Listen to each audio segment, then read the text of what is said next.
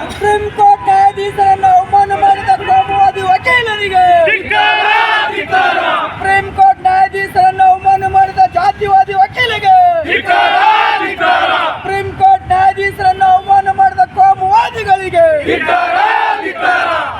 ಕರ್ನಾಟಕ ರಾಜ್ಯ ದಲಿತ ಸಂಘರ್ಷ ಸಮಿತಿ ಹೋರಾಟಕ್ಕೆ, ಸುಪ್ರೀಂ ಕೋರ್ಟ್ ನ್ಯಾಯಾಧೀಶರ ಮೇಲೆ ಅನ್ಯಾಯ ಎಸಗಿದ ಕೋಮುವಾದಿ ವಕೀಲನಿಗೆ, ಕೋಮುವಾದಿಗಳಿಗೆ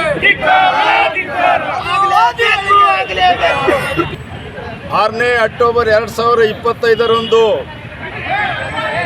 ಇತಿಹಾಸದಲ್ಲಿ ಒಂದು ಕಪ್ಪು ಚುಕ್ಕೆಯನ್ನು ನಡೆದು ಹೋಗಿರ್ತಕ್ಕಂಥ ಘಟನೆ. ಅದು ನಮ್ಮ ಭಾರತ ದೇಶದ ಅತಿ ಉನ್ನತವಾಗಿರ್ತಕ್ಕಂಥ ಸುಪ್ರೀಂ ಕೋರ್ಟಿನ ಮುಖ್ಯ ನ್ಯಾಯಾಧೀಶರ ಗವಾಯಿಯವರ ಮೇಲೆ ಒಬ್ಬ ವಕೀಲ, ಅವಿವೇಕಿ ಸನಾತನವಾದಿ ವಕೀಲ ತನ್ನ ಕಾಲಲ್ಲಿ ಇರ್ತಿರ್ತಕ್ಕಂಥ ಶೂವನ್ನು CJರ ಕಡೆ ಒಗೆಯೋದ್ರ ಮುಖಾಂತರ ಇತಿಹಾಸ ಉದ್ದಕ್ಕೂ ಕೂಡ ಇಡೀ ನ್ಯಾಯಾಂಗ ವ್ಯವಸ್ಥೆಗೆ ಒಂದು ಕಪ್ಪು ಚುಕ್ಕಿಯನ್ನು ತಂದಿರತಕ್ಕಂಥ ದೊಡ್ಡದಾಗಿರ್ತಕ್ಕಂಥ ಘಟನೆ.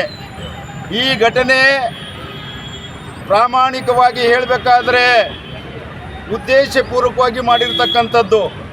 ಒಬ್ಬ ಸುಪ್ರೀಂ ಕೋರ್ಟಿನ ವಕೀಲರು ತಮ್ಮ ಏನು ಕಾಲಲ್ಲಿ ಇದ್ದಿರ್ತಕ್ಕಂಥ ಶೂವನ್ನು ತೆಗೆದು ಅತಿ ಉನ್ನತವಾಗಿರ್ತಕ್ಕಂಥ ಸುಪ್ರೀಂ ಕೋರ್ಟಿನ CJಯವರ ಮೇಲ್ಗಡೆ ಎಸಲಿಕ್ಕೆ ಒಂದು ಮಾಡಿರ್ತಕ್ಕಂಥ ಘೋರ ಹತ್ಯಾಕೃತ್ಯವನ್ನು ಕರ್ನಾಟಕ ರಾಜ್ಯ ದಲಿತ ಸಂಘರ್ಷ ಸಮಿತಿ ಉಗ್ರವಾಗಿ ಖಂಡಿಸ್ತದೆ.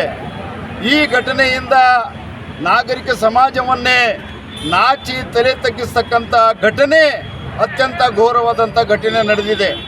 ಈ ಘಟನೆ ಹಿಂದಿರ್ತಕ್ಕಂಥ ಕೈಗಳು ನಿಜವಾದಂಥ ಸಂವಿಧಾನ ವಿರೋಧಿಗಳು, ಪ್ರಜಾಪ್ರಭುತ್ವ ವಿರೋಧಿಗಳು,